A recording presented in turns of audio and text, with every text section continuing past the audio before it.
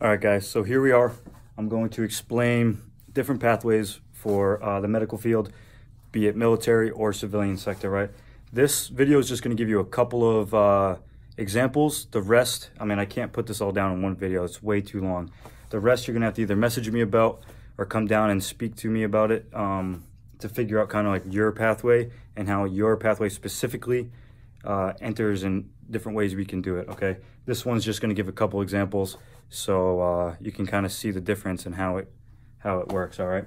So right here, I have a 2-year nurse in the civilian world and a 2-year nurse in the Army, all right? So this is an actual example of my buddy. He gave me all of his details, right? In the civilian world, he makes about $6,000 a month, all right? After you minus his taxes, his 401k, which is for his retirement, and his healthcare and dental, he's bringing home about $3,750.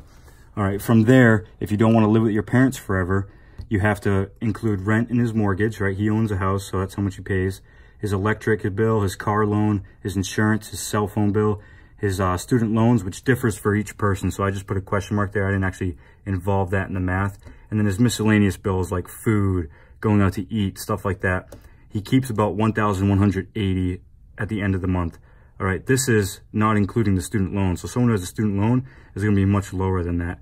All right, a yearly pay when you times this by 12 after taxes and everything is about $45,000 a year. All right, if we move up here to the Army section, right, an Army nurse that has 2 years experience or has been a nurse for 2 years is $7,576 a month if he's working in the same area that this guy is, which is I did Massachusetts. Okay. Once you minus taxes, which are lower than civilian taxes, once you add healthcare, because healthcare is free for the military, which I took his healthcare and added it to this one. And then once you subtract retirement, which retirement's free in the military, it's $8,000 a month, right? You see that difference right there, guys? Plus the healthcare, he has to have a copay and pay for some prescriptions. In the military, there's no copay wherever you go, emergency room, whatnot. And then you don't pay for prescriptions, okay? The rent and mortgage, I lowered it to $1,200 because we get something called a VA home loan, right? It's the lowest percentage rate, plus you don't even have to put anything down. That's another story, though. Electric's the same. Car loan's a little bit lower because you're military. You get a lower percentage. Insurance is way lower because you're military. Cell phone, the same. Student loan, you don't have a student loan. And then miscellaneous, I kept the same, right? So this guy's got $5,780. That's $96,000 a year when you times that by 12. You see the difference here between military and civilian? It's huge, guys. All right.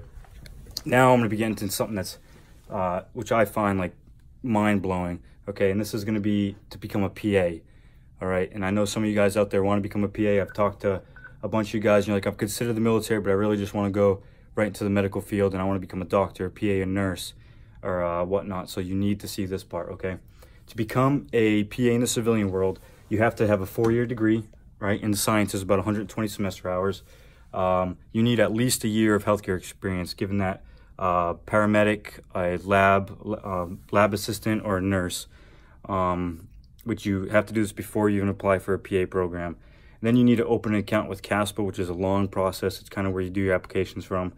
Then you have to apply for a PA program, which you see right here, which could take a while, right? It took my buddy 3 years to get into. I averaged about 2 years for someone to get into, all right? Then you have to pass the PANCE exam, which is your national exam. Then you have to get your state certification, get experience, and then boom, you become a PA somewhere. All right, when all that's said and done, with your 4-year degree, he told me about 100K is what everyone comes out as. So I lowered it to 80K because some of you guys can get grants, FAFSA, whatnot, okay? But then a PA program on average is about 100K. So that puts you about 200K in debt. And this whole time you have to be working to kind of pay for things, pay for your own hobbies, right? And this is about an 8-year process. It takes 8 years on average to become a PA in the civilian world. Okay, now with the Army, it's 4.5 years if you do it this way, or it's a inter-service, so it's all services go through this. All right, so what you need is 60 semester hours of college work. 30 of it can come from military training, which I'll show you all the military jobs right here that for medical field that you can already enter. All right, and this is already giving you work experience, which you need for this, by the way. And then you need 30 semester hours of English, humanities, psychology, chemistry, human anatomy, human physiology, algebra. All right, so it's a total of 60 semester hours that you need. From there, that's 2 years, guys. That's only 2 years.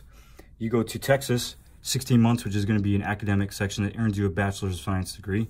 Then a 14-month clinical, and it gets you a Master's in PA Studies.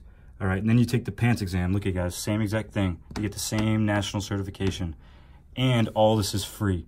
Not to mention if you get a $40,000 bonus for one of these jobs that you enlist as, which I'll tell you guys all about right now.